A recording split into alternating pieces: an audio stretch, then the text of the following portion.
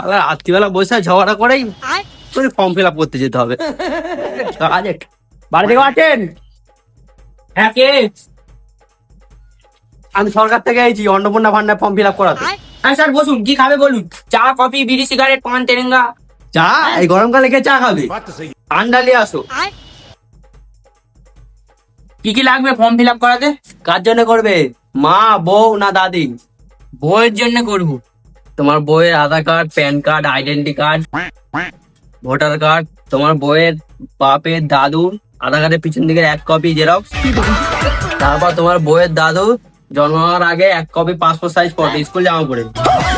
তোমার বউয়ের দাদু যে জমিতে গরু মারতো সেই জমির দলিল 1993 সালে। এটা লাস্ট। তোমার বউয়ের দাদু যে গরুটা বাঁধ দিয়েছে জমিতে সেই গরুটার 1 কপি পাসপোর্ট সাইজ ফটো তোমার দাদুর সাথে।